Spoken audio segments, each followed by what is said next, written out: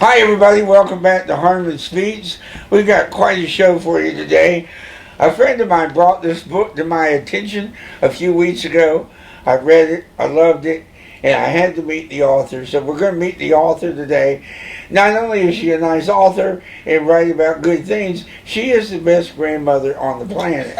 She has a shirt that tells you that. And I'm honored to meet Miss Winda Andrews. Thank you. Thank you, Gary. Thank it's you nice so to much. meet you as well. It's my pleasure, and it's nice to do the show with you. I just have a few questions for you. First of all, I loved it. Thank you. I think I want to meet Kenny. I really like Kenny. He's a good kid. What inspired you to write a book about a boy in a wheelchair? Well, I wanted to show it's so many different, we have so many different kids that's raised and don't know what the handicapped side of children are, the special need kids. So I felt like if I would write a book, then we could bring that book out to, I'm in the local school system around the county and system. So I wanted to bring the book out to the ones that were younger and coming up, and then they would not only just see them, once they do see them in a wheelchair, on crutches and different stuff like that, they would know that what those special need kids are. Right. Those are what that is what they need, the apparatus, Right. different things to get around because they were born with a need. Right, right. So you wanted to educate other kids Absolutely. about kids with disabilities. Absolutely. Well, that's what we're all about here at Harmon Speaks. Winda, I can't tell you how much that makes my heart feel happy, because that's what we're trying to do.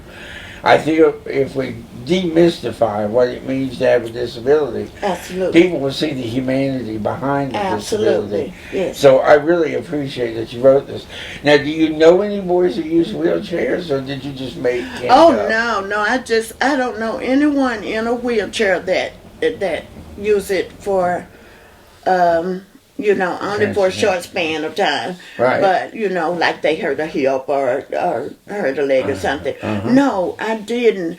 What really got me to my daughter kept Mom in the nursery, in the daycare system. We have to have a special need book in the daycare system. When the state comes out, they want to see that you have some pictures, books, or different things showing the kids how special need kids are. You have to have something in the daycare. Sure. And she always was on me about, Mom, write a book about someone with special needs. Write a book. And so one night I just prayed about it, and I said, Lord, give me something about special needs. And Kenny just came to mind, and I went through so many different sketches when I was thinking about it. Had him going down, popping Willis in the wheelchair, and I was like, no, we're not going to do that. Start out. And so I cut that part out, and I just put that he knew how to play ball in the chair. Okay. He was a good ball Now, you player. mentioned he pops wheelies. I did.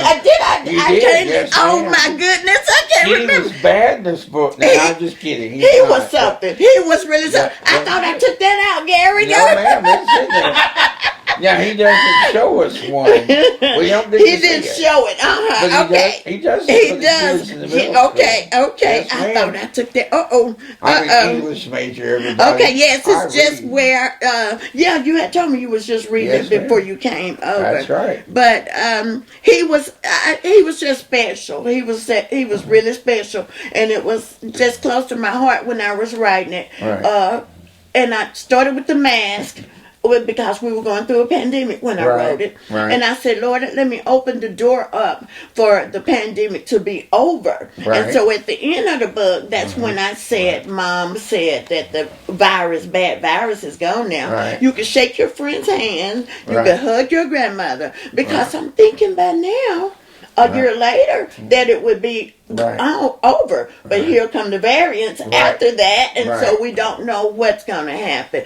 Anyway, it ended pretty good. I still think it ended pretty good. I think it ended very well too. Yes, but ma'am. I think it's all I think it's just good to teach others, Gary, about children that are different than other children. Right. That a lot of them don't know, and they point fingers and they question their mother, and they don't know because this is their first time experiencing a child with a disability, and so for the mother not to say it, and for them to not see it the first time, at least they've seen it in school. They got a book in school about it. The teachers talk about it. And so that's where I try to put it out. I go to the local school system. I read my books to my first graders, kindergarten, second graders. And so I go to pick 2 or 3 different schools at least a month. 2 or 3 a month, and I go around and I try to educate about Kenny goes to middle school. That's great. This is Kenny's first time going. He's excited. He's excited. He's been homeschooled on up until middle school. I see. And so when he got ready to go to middle school, he wanted to go to middle school. Yes. Now, when you're talking to elementary classes, I want you to do me a favor. Be sure to let them know it's not bad to ask a person with a disability about themselves. Absolutely. As long as they know to be polite. And respectable. Right. Absolutely. You don't go up, and this is what a lot of adults do in this day, their age. They'll come up and say, "What happened to you?" Now, where do I go with that, Miss Winda? I always say, "Well, Lord, I look just like my daddy. I can't help it. I'm just ugly. I can't help it." Gary, you're a mess. I am a mess. You're a mess. But fortunately, my wife married me anyway. But I ain't gonna be pretty. She's beautiful. She is. I took her. She is. I took her to meet my parents, and I said, "You see my daddy? That's going to be me." And she said, "Well, Lord, we all have our cross to bear." Oh my God. Well, I'm sorry. But anyway, I get back to the point. I really appreciate that you encourage kids to come up and talk to kids with disabilities. Yes. And you don't have to talk about the disability. If you don't want to, come up and say, "Hi, my name is Gary. Yes. What's yours?" Yeah. And get to know them. Absolutely. Because the wheelchair is not part of their personality. No, absolutely. It's just their transportation, right? I have these big, weird-looking legs. But that's okay, but they get you where you gotta go. Absolutely. I love them. I don't care what they look like everybody else. I think that they are more open now to ask questions, because it used to be such a hush-hush thing. You know, they would just stare, and they wouldn't ask any questions. But now they're kind of opening up a little bit, because I have some of the students at school tonight. Well, what happened to Kenny, Granny? Most kids call me Granny, even at school. And I was like, well, Kenny had a disability from his birth. He had some issues that came up after he came out from birth, and he's been in a wheelchair ever since he was a child. And so sometimes you get in an accident or something in a wheelchair bound, and then sometimes you're born with it. It's just different scenarios of how and what did happen, Gary, like you said. I find when kids ask me what happened, why do I have a disability, I tend to avoid that question, as I don't know what they know about birthing babies. I don't know if they know I come from mama. I don't know what they know. It was a birth defect, so it becomes I try to leave it right there, Gary. So what I do instead is I try to talk about things we may have in common. And I said, "Do you have a mommy and daddy?" "Yeah." That's "You love mommy and daddy?" And they'll say, yes. "Well, I have a wife at home. And I really love her." And I said, so we have something in common. Absolutely. We love people in our lives, right? And I think it's more important to talk about what we have in common than it is to talk about why am I different. There you go. As what do you need to know about my difference? Really nothing. Because I can do what I need to do for myself, and if I don't, if I'm not able to, I will ask you to help me.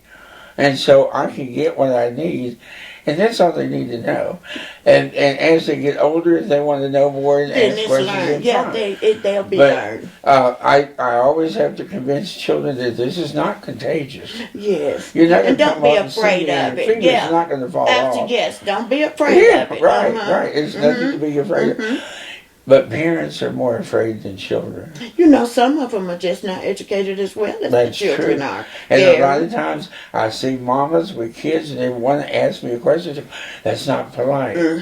There's nothing impolite about Yeah. coming up and asking a man why he doesn't have hands. Yes. Yes. It's only impolite if you're rude about it. If you're rude about If it, you're up and absolutely. say, why do you look like that? And then and What have a happened to you? smirk on your face, or you laughing Right. a little, you know. I Right. just think that's so rude. Yeah. I do, and so that's the part that I don't want them to. Right. I don't want That's them right. to. I try to tell them, be respectful Right. and treat them the same way that you want to be treated. Right. Simple. This is just how it is. Right. They are a human being just like you are. They have the same needs that you do, and you, like you said, Gary, you have a beautiful wife. They have a beautiful mother. They Right. wouldn't want anyone to treat them any different. I'm going to interrupt just a second. Never, ever, ever do people tell Catherine she has a handsome husband. I just want to make that point.